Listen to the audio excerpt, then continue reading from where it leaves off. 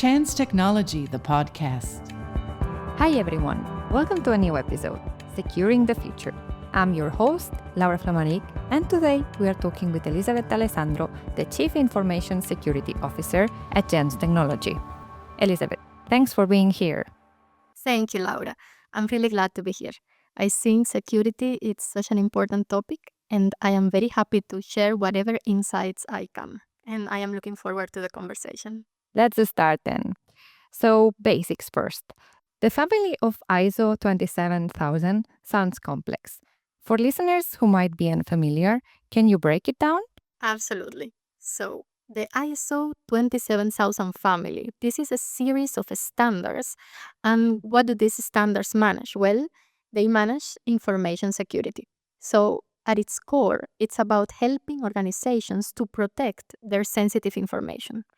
And what could be sensitive information? For example, employee records or customer data or their intellectual property. Then the centerpiece is the ISO 27001. This is like the main guidebook because what it gives is it outlines how to build an information security management system. And this is essentially like a framework for managing security risks. So this is like the centerpiece of everything. But then you also got the rest of the family. And this one dives into more specific areas. For example, you also have ISO 27002. And then this gives detailed security controls that can be implemented. For example, access management or encryption and many others. And then it's also, for example, the ISO 27701, which includes requirements for managing personally identifiable information. And this makes it great for GDPR alignment, for example.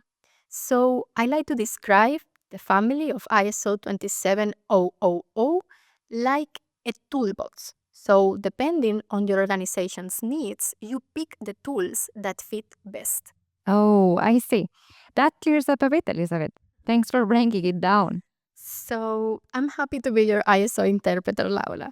It's a bit like assembling a security puzzle with all the right pieces. So you have the family, and then you take what you need from it. You assemble this puzzle, and you have many pieces to put together depending on what you need in your organization. Right. That's good to know. Can you tell us a bit about where ISO 27000 comes from? Yeah, sure. So the story begins back in the 90s when computers and the internet were becoming essential tools, and then everybody started using it. Then there were also some hacking attacks and some viruses, so people realized that they needed to find a way to protect their data. The companies say, okay, we have sensitive data, we have to protect it. So our customer details, our business plans, our employee records, this cannot be out to be hacked. So they realized there was a need for security. And then the first step was taken in the UK with something that was called BS 7799. And this was like an early guidebook for how to handle security matters.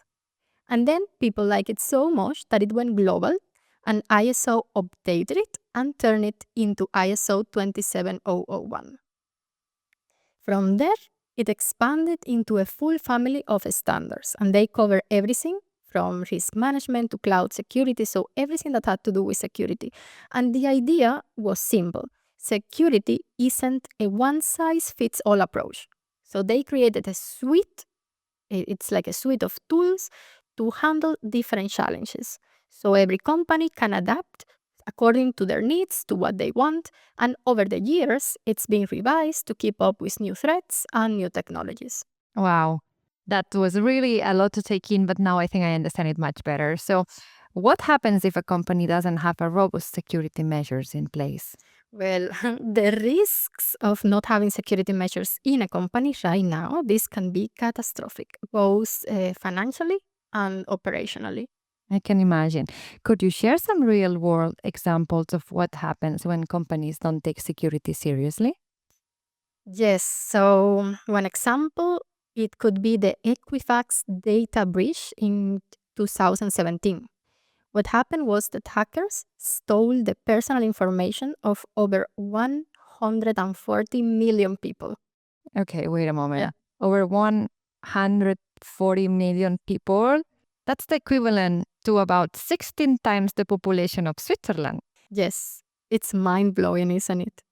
Imagine the entire country, the entire of Switzerland, being affected more than 16 times over.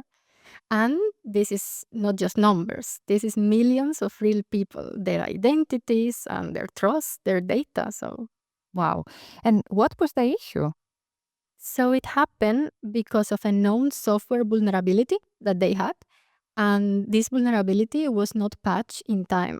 So the hackers exploited it and accessed sensitive data, including credit card details. Oh, that's scary. Imagine that, yeah. Credit cards, yeah. There were massive fines, lawsuits, and a long-term hit to customer trust.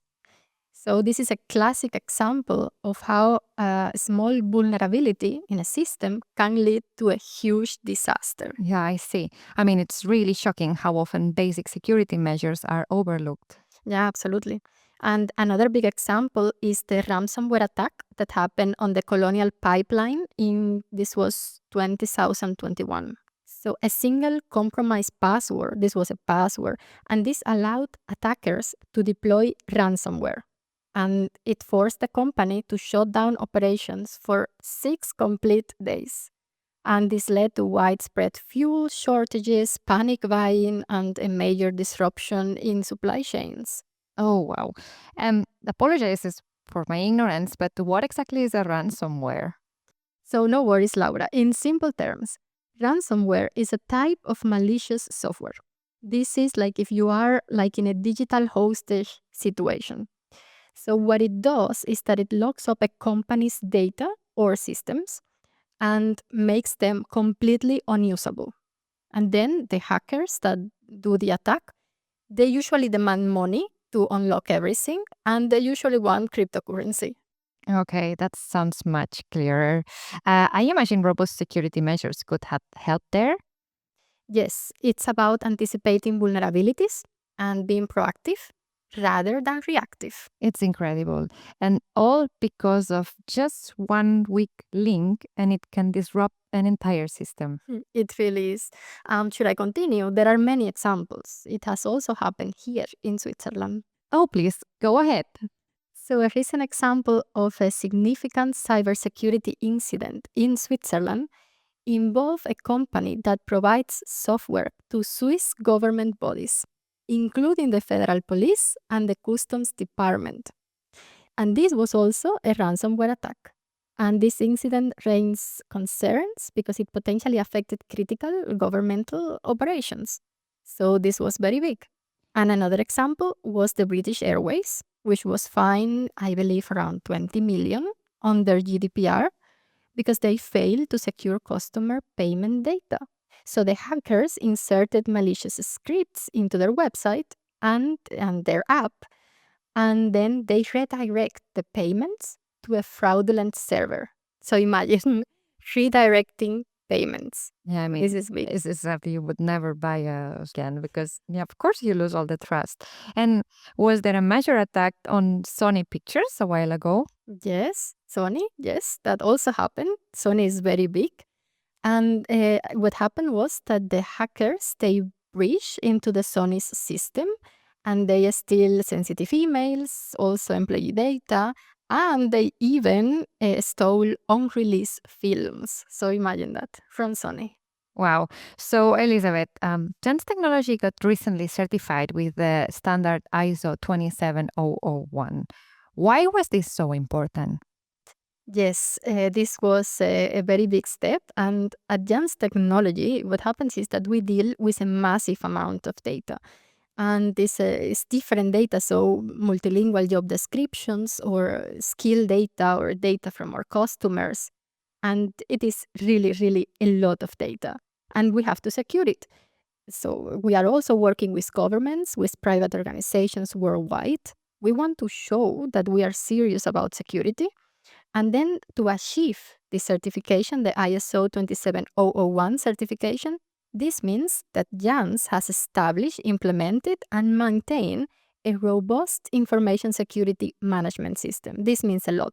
It's like we are getting a gold standard in data protection. And this is very important nowadays. It demonstrates that the company takes security very seriously and has a structured approach to protecting sensitive information.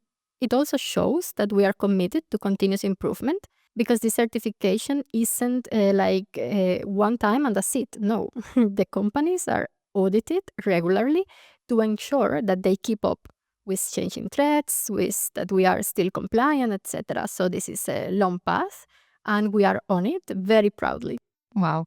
Yeah, of course. I mean, it's a good thing to accomplish. And as you said, it's just not a one thing to do, right? It's a ongoing, constant improvement. And Yes, exactly. Yes. This is forever. We take the first step, we have the certification, and we have to continue to be compliant and continue to be awake and aware of everything that's going on and always be having security on the top of our minds. Yes. that's good. And can you give a practical example of how these controls are used at JANZZ? Sure. Let's talk about encryption. One of the controls in ISO 27002, it's encryption. And this one focuses on encrypting data, the data that is at rest in our servers, and the data that is in transit, the data that we receive, that we share. And at JANZZ, we encrypt job data, we encrypt personal information, and this way we prevent unauthorized access. Even if someone tries to intercept the data during the transmission, they wouldn't be able to access the data because it is encrypted. And another example is user access management. I can also tell you about this. We limit the system access to only those who need it according to their role. So this mitigates risk like accidental data leaks, for example. Wow, that's really, really insightful. Have these measures ever been put to the test? Yes. This is also very important. We have to test our measures. We have to make sure that everything works as we expect. So, for example, one incident comes to my mind and I can tell you about it. So, there was a client organization that was targeted by phishing emails.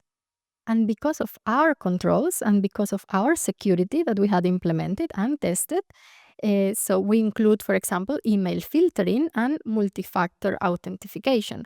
And because of these controls that we have, then we caught the attack early and we prevented the compromise of sensitive credentials that were ours.